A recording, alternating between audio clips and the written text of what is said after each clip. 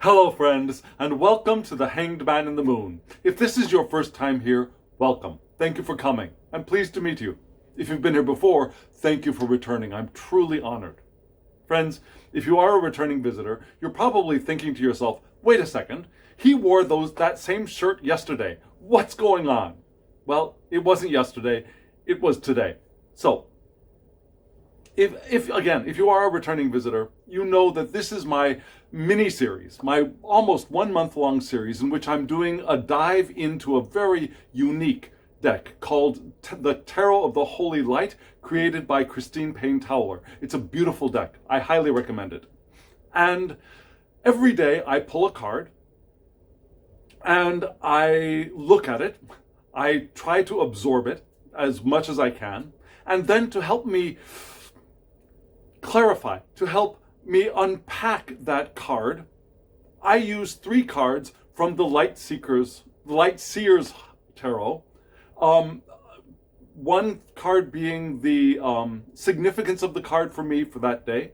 The second card being the obstacle for that significance for me for that day. And the third card being advice. Now, a 3-card spread, giving me the significance of the one card that I pulled from the Tarot of the Holy Light.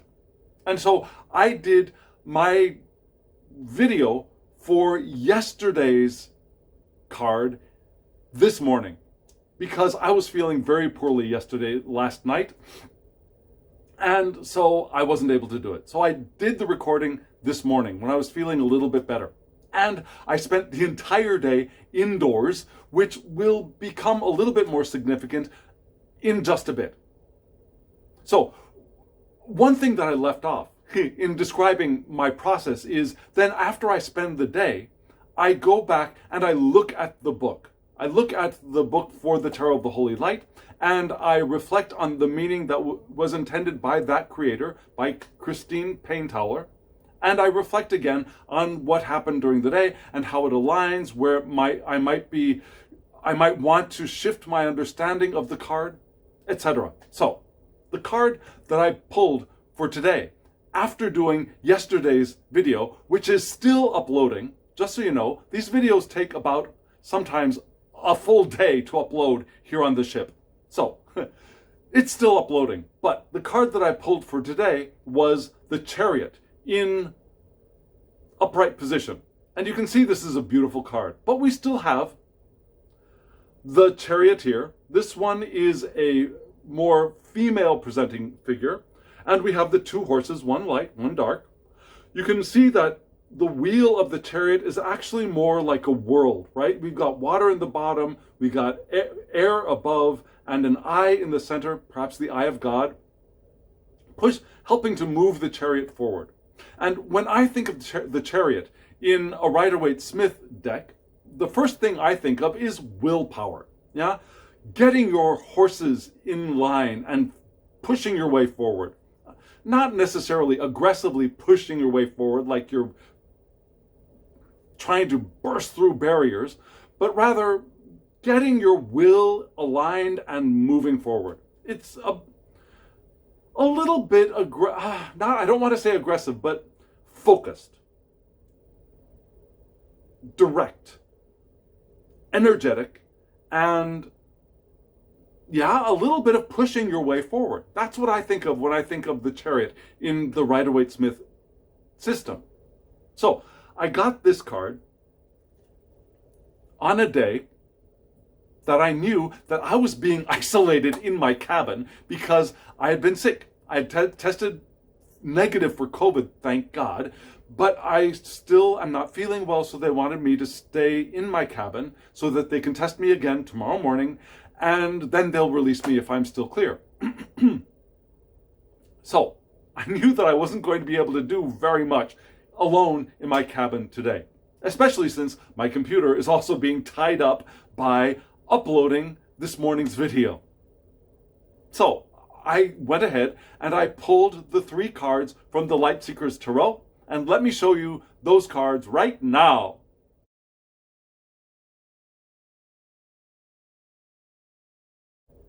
You saw those 3 cards beautifully lined up, yeah? In the significance card, you saw the Seven of Swords. And then the obstacle, the Knight of Wands, a card that I usually like. And then in the advice section, another swords, the Six of Swords. So we have the Seven of Swords, the Knight of Wands, and then the advice Six of Swords. Which at first made me think, that's going reverse, but then I thought, yes, I get it. I kind of get it. So, Seven of Swords. A lot of people think of this card as the Thief in the Night card, taking something that isn't necessarily yours, or something that is yours being taken away from you. That's one way to read it. But oftentimes I read it as going your own way, not following the pack, following your own ideas, your own thoughts, and sometimes they can lead you astray, but not always.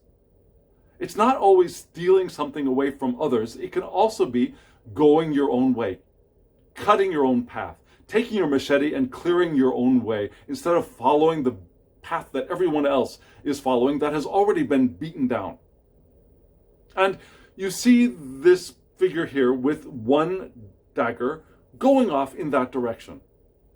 He's got he or she or they have a little pack of feathers on their back, and maybe you could see that as this figure has stolen feathers from these ravens, perhaps. He could have also collected them. These could have been shed feathers. It's not necessarily thievery.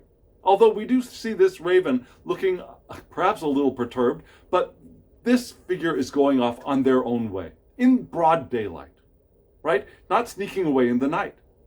So I was thinking, okay, Chariot, go your own way. Makes sense. I'm still locked in my room, but it makes sense. Willpower, going your own way. And the obstacle card is the Knight of Wands. Again, a card I usually like. A passion, adventure. I'm not going to have any adventure in my room. Well, I suppose it's possible. But the path to adventure is a little unclear being isolated in my room. Now, the Knight of Wands, in its detriment, in its shadow aspect, can be hot-headedness, temper, flares of temper. That's possible. So that would be an obstacle. It could also be an inability to delays of projects, delays of moving forward, delays of creation. That certainly makes sense, being isolated here. It could also be indecision. Not so much indecision as a mental aspect, but indecision of will. Indecision of passion. Passion pulling different directions, causing a little bit of a standstill. Which kind of makes sense as I am here in isolation. That does make sense, right? I don't have to ask you that anymore, do I? So the advice is move on. Now, this was particularly significant, I think, for me today. So, before I get into how the day progressed, what happened today, let me go on to read from the book a little bit. Because while my idea of this card from the Rider-Waite-Smith system is not entirely wrong, in this deck, there's a very different nuance to this card. And if you look at the bottom of this card, you'll see that instead of being perhaps Cancer, which I think is the Rider-Waite-Smith association, this card is Gemini. Which, again, makes kind of sense. You have the two horses, Gemini is the twins, right? Two horses working either in conjunction or divergence. Kind of makes sense, right? I think so.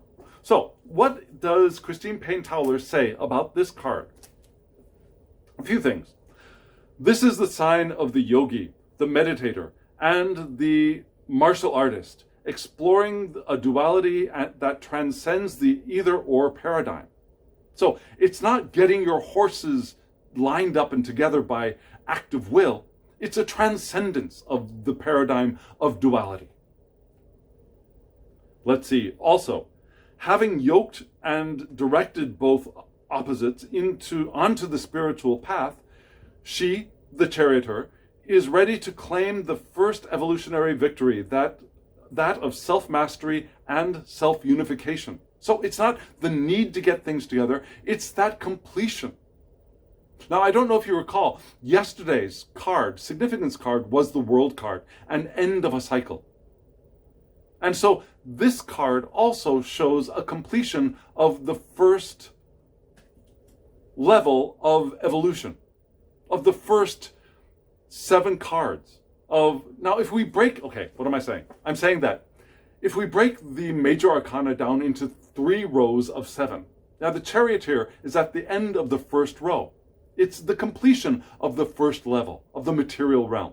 So this is saying in upright that you got there. You've transcended the duality of the material, which I don't pat on back, right?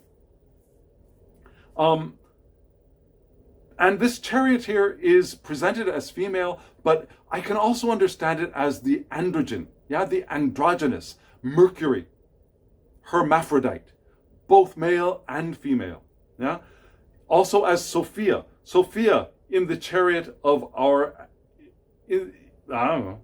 can be likened to Sophia in the chariot of our ancestors. Sophia, the feminine side of the masculine god, perhaps, but Sophia is also androgynous. It has that mercurial quality of being both male and female, the trickster, the wise trickster, the clever student.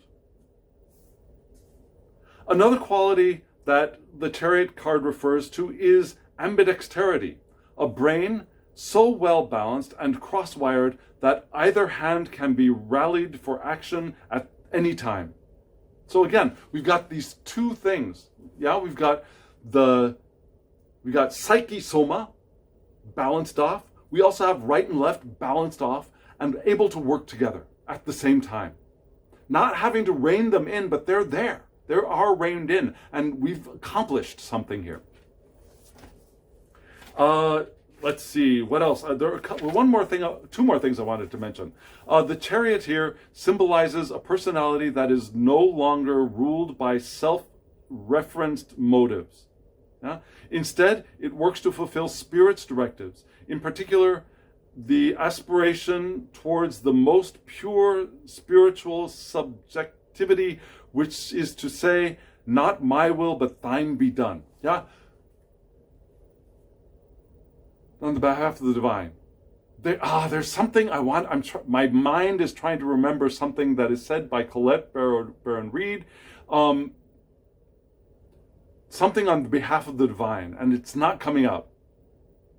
It's apparently not that important. But working on behalf of the divine. So, when I hear that, what I think of is not exactly not my will, but the divine's. Not as though they were antagonistic. Rather, that my will is in alignment with the divine will. That the divine will and my will are in accord, and I am moving in that direction. If that makes sense.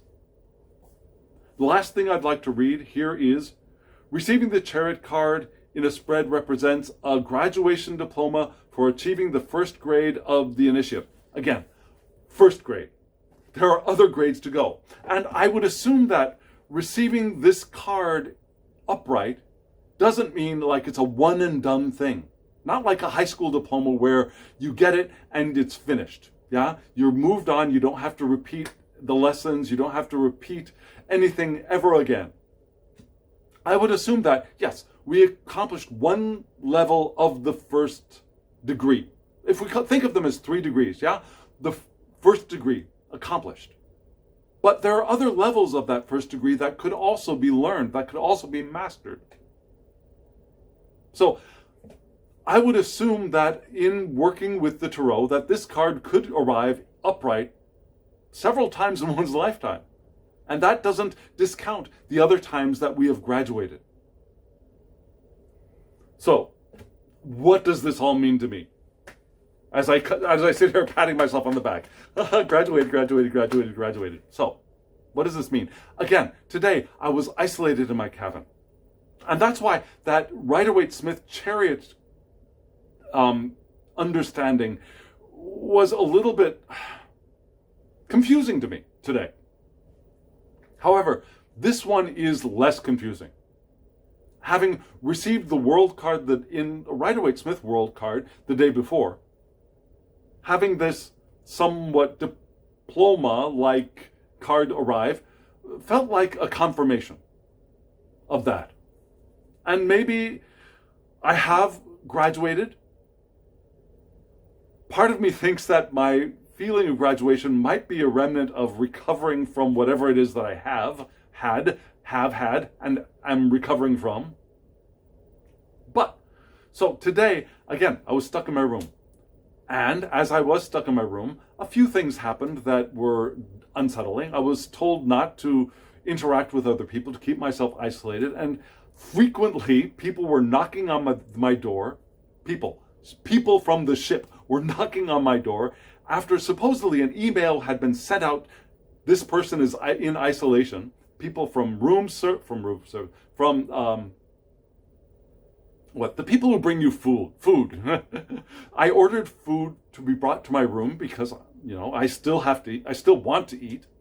And so they would knock on my door and practically demand that I open the door and receive it. I would say, no, I'm supposed to stay inside my room. I'm not supposed to interact with people. They said, I have to give you the food.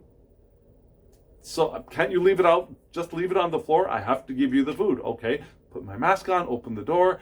I don't think this is right, but I take it and move on with my day. So instead of flaring up and getting angry, I just said, okay, that's the way it is. And other confusing things happened, like I tested negative, and then 3 hours later, I received information about living with COVID. It's like, I tested negative. What's up? So it's like, as far as the ship was going, the right hand didn't know exactly what the left hand was doing. It felt like that's what was going on. However, I was fine. Had a great day, ate 2 very good meals, and in the center I had a meal of fruit, which was wonderful. And also I got some rather surprising news, to me at least. I'm changing cabins. They want me to change cabins. My mother and I are all and her companion are all changing cabins. We have separate cabins. We will have 2 separate cabins again on a different deck. These cabins are reserved by other people. Our cruise is, according to the cruise line, separated in 2 separate cruises. So we had these cabins for this part of the cruise, and then we moved to another set of cabins for the second part of the cruise, hopefully all the way to Boston. So this card, move on. That's what I'm going to be doing. I'm going to be moving on. Yes, there's been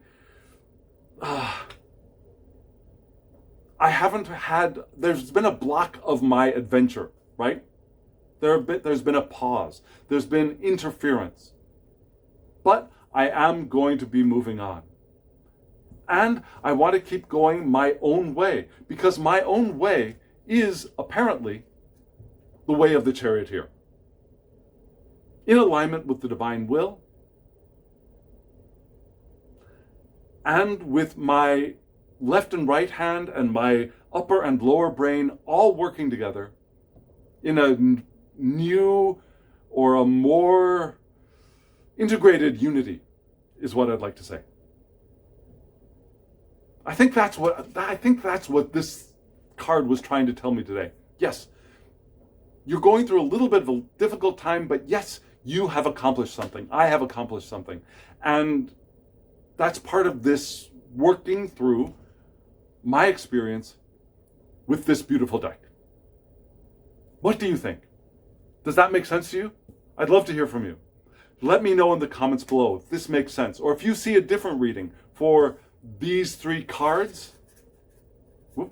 These 3 cards. Yeah.